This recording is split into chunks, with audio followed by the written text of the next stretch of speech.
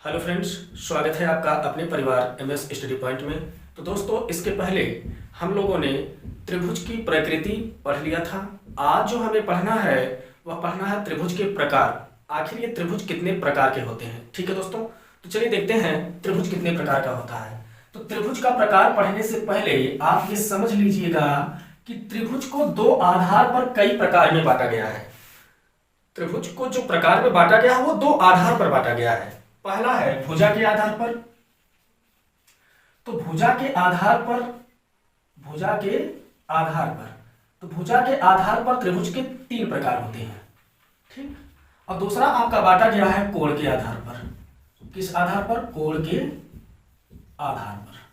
तो कोण के आधार पर भी त्रिभुज को तीन प्रकार में बांटा गया है।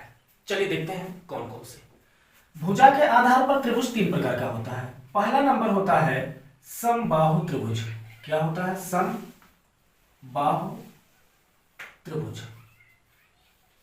ठीक है दोस्तों।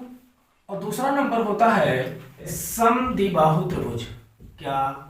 समद्विबाहु त्रिभुज। ठीक है दोस्तों। और तीसरा होता है आपका विषमबाहु त्रिभुज। विषमबाहु त्रिभुज। तो आपने देखा कि भुजा के आधार पर त्रिभुज तीन प्रकार के होते हैं। एक समबाहु त्रिभुज, समद्विबाहु त्रिभुज और विषमबाहु त्रिभुज। अब हमें कोण के आधार पर देखना है कि कोण के आधार पर त्रिभुज कितने प्रकार के होते हैं। तो जब आप देखिएगा तो आपको मिलेगा कि कोण के आधार पर भी त्रिभुज के तीन प्रकार होते हैं। कितने प्रकार होते हैं? तीन प्रकार। कौन कौन से? देखिए ध्यान से।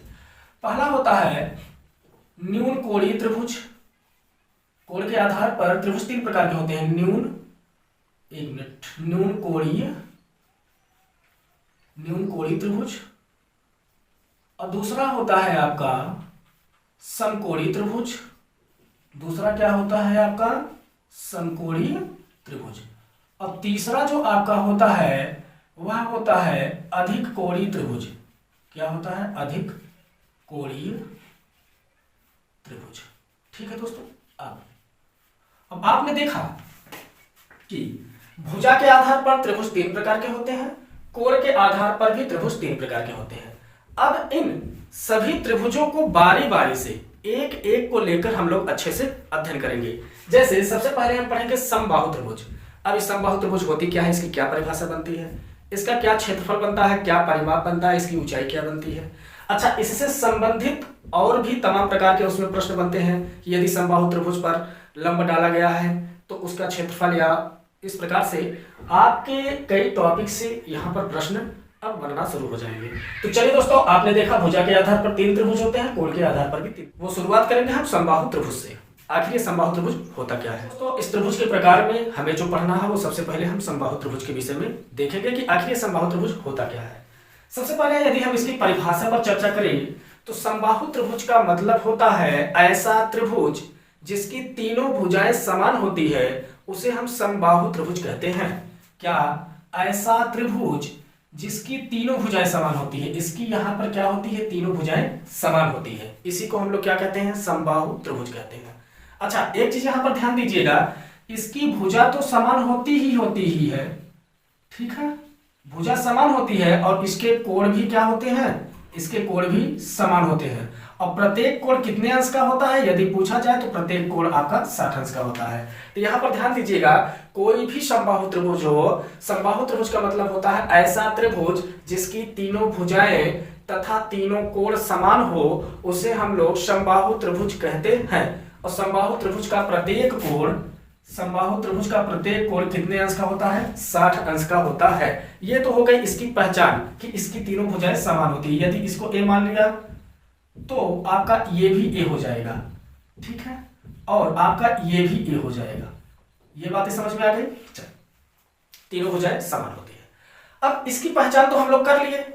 अब हम इसकी परिमाप, इसके क्षेत्रफल और इसके लंब की चर्चा करते हैं। अगर आपसे पूछा जाए समबाहु त्रिभुज का परिमाप क्या होता है, तो आप जानते हैं कि किसी भी क्षेत्र का यदि परिमाप पूछे तो परिमाप का मतलब होता है कि उसके चारों तरफ की कुल दूरी। ठीक, उसके चारों तरफ की कुल दूरी क्या कहलाती है? परिमाप कहलाती है। या आप कह सकते हैं कि उसके चारों तरफ की कुल लंबाई क्या कहलाती है, आपका परिमाप कहलाती है। जैसे अगर हम इसका परिमाप निकालें तो इसके तीनों भुजाओं की कुल लंबाई का योग ही क्या कहलाएगा, आपका परिमाप कहलाएगा। जैसे परिमाप क्या हो जाएगा, एक भुजा ये, फिर दूसरी भुजा ये, फिर तीसरी भुजा ये, इन तीनों भुजाओं का लंबाई का जो योग होगा वही आपका परिमाप कहलाता है। क्या कहलाता है, परिमाप। अब जब इन तीनों को आप जोड़ेंगे तो मिल जाएगा आपको 3a।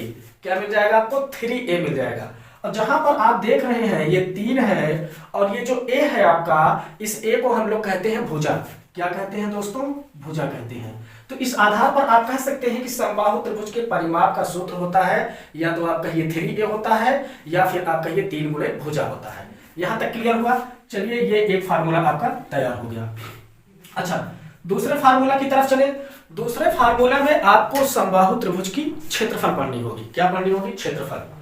अगर हम आपसे कहें कि समबाहु त्रिभुज का क्षेत्रफल क्या होता है, तो समबाहु त्रिभुज के क्षेत्रफल का सूत्र होता है, क्या होता है, करड़ी में 3/4 भुजा का स्क्वायर।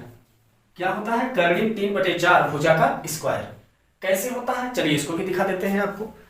आप जानते हैं कि किसी भी त्रिभुज के क्षेत्रफल का जो सूत्र होता है, यदि उसका आधार और ऊंचाई दिया गया है तो त्रिभुज के क्षेत्रफल का सूत्र होता है 1/2 आधार गुणे ऊंचाई। क्या होता है, आधार गुणे ऊंचाई। कब, जब उसका आधार दिया हो और उसका ऊंचाई दिया हो। तो समबाहु त्रिभुज में ये आधार तो दिया गया है, ये आधार है आपका, आधार दिया गया है, परंतु ये ऊंचाई नहीं दी गई है। तो जब हम इसके शीर्ष से यहां पर एक लंब डालते हैं तो ये इसकी क्या बन जाती है, ऊंचाई बन जाती है, जो कि इस पे 90 अंश का कोण बनाता है। और अब आप जानते होंगे कि यह एक त्रिभुज अर्थात यह एक समकोण त्रिभुज का निर्माण कर रहा है और यहां भी एक समकोण त्रिभुज का निर्माण कर रहा है। और समकोण त्रिभुज में एक चीज आप जानते हैं कि यह आपका कर्ण हो जाएगा और यहां पर यदि यहां से यहां तक a है तो a/2 आधा इधर हो जाएगा और a/2 आधा इधर हो जाएगा। तो कहने का मतलब जो ये त्रिभुज आपका मिल गया, यहां पर आप देख रहे हैं ये जो त्रिभुज आपका मिल गया ये आपका a, ठीक, और यहां पर आपका a/2 लिखा गया है, ठीक, और ये आपको ऊंचाई निकालनी है। तो ऊंचाई निकालने के लिए हम करते क्या है, यहां पर तो ऊंचाई निकालने के लिए, एक मिनट इसे इरेज कर दें। ऊंचाई इसका निकालने के लिए समकोण त्रिभुज में पाइथागोरस प्रमेय के सूत्र का प्रयोग करते हैं। पाइथागोरस प्रमेय का सूत्र होता है कर्ण का स्क्वायर बराबर लंब का स्क्वायर प्लस आधार का स्क्वायर। और कर्ण यहाँ पर a है तो a का स्क्वायर हो जाएगा। लंब क्या है आपका, लंब यही है आपका जो कि यहाँ पर h हम मान लिए हैं, ठीक है, ये h का स्क्वायर हो जाएगा। आधार आपका a/2 और इसका स्क्वायर कर डालिए। अब देखते हैं, अब a का स्क्वायर बराबर h का स्क्वायर प्लस इसका a का स्क्वायर करेंगे, a का स्क्वायर बटे 2 दूना 4 हो जाएगा। अब इनको हम पक्षांतर कर लेंगे तो a का स्क्वायर ये इधर आएगा माइनस a का स्क्वायर बटे 4 बराबर h का स्क्वायर हो जाएगा। अब इसे सरल करेंगे तो इनका गुणा इनसे होके 4a का स्क्वायर माइनस 1a का स्क्वायर बटे 4 और बराबर h का स्क्वायर। अब बटे 1 कराइए, 4a स्क्वायर में से 1a स्क्वायर घटा तो आपका 3a स्क्वायर हो जाएगा और इस 4 का गुणा इससे होके, नहीं तो रहने दीजिए, 3a का स्क्वायर है बटे 4 कर लीजिए और बराबर यहाँ पर आपका हो जाएगा h का स्क्वायर, ठीक। अच्छा, h का स्क्वायर, अब यहां से स्क्वायर हटाएंगे तो यहाँ पूरा करड़ी बना देगा, तो ये हो जाएगा 3 का a स्क्वायर और बटे 4 और बराबर यहाँ h हो गया। अब आप जानते हो कि जब करड़ी में कोई संख्या होती है तो इसका मतलब होता है कि उसका वर्गमूल निकलना है। अच्छा, ये भी बात है कि जिसका वर्गमूल निकल जाता है वो करड़ी से बाहर हो जाता है और जिसका नहीं निकलता वो करड़ी के अंदर ही रह जाता है। तो 3 का वर्गमूल नहीं निकलेगा, 3 तो अंदर ही रह जाएगा। ये a का स्क्वायर है, इसका वर्गमूल a हो जाएगा। क्या हो जाएगा, a, ये करड़ी से बाहर आ चुका। 4 का वर्गमूल 2 होता है, ये भी करड़ी से बाहर आ चुका। और h, कहने का मतलब h आपको मिल गया करड़ी 3a/2। क्या मिल गया, करड़ी 3a/2। अब आपको चाहिए क्या, क्षेत्रफल चाहिए। एक मिनट यहाँ पर लिख लेते हैं। आपने देखा कि क्षेत्रफल बराबर होता है 1/2 आधार गुणे ऊंचाई। क्या होता है, आधार गुणे ऊंचाई। किसका क्षेत्रफल, त्रिभुज का क्षेत्रफल, ठीक।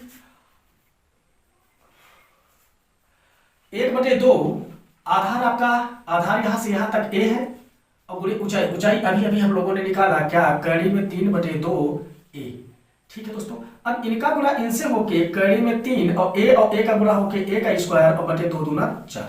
फिर आपने देखा कि करड़ी में 3/4 a के स्क्वायर, a क्या है, a आपकी भुजा है और ये स्क्वायर के रूप में है, स्क्वायर कर दीजिए। इस आधार पर आप समबाहु त्रिभुज के क्षेत्रफल का सूत्र लिखते हैं क्या? करें 3/4 भुजा का स्क्वायर। तो आपने देखा समबाहु त्रिभुज के क्षेत्रफल का सूत्र करें 3/4 भुजा का स्क्वायर। तो दोस्तों इस त्रिभुज के प्रकार में जो सबसे पहले हम लोगों ने पढ़ा वह पढ़ा समबाहु त्रिभुज, और समबाहु त्रिभुज की परिभाषा, इसके परिमाप, इसके क्षेत्रफल पर हम लोगों ने चर्चा कर लिया है। अब इसके आगे के जो भी टॉपिक बन रहे हैं उसको हम नेक्स्ट वीडियो में लेंगे। तब तक के लिए यदि आपको ये टॉपिक समझ में आया हो तो अच्छी बात है, नहीं आता है तो एक बार दो बार और देख लीजिएगा, और हाँ कैसा लगा इसके लिए आप कमेंट जरूर कीजिएगा। तो चलिए दोस्तों मिलते हैं नेक्स्ट वीडियो में किसी नए टॉपिक के साथ, तब तक के लिए धन्यवाद।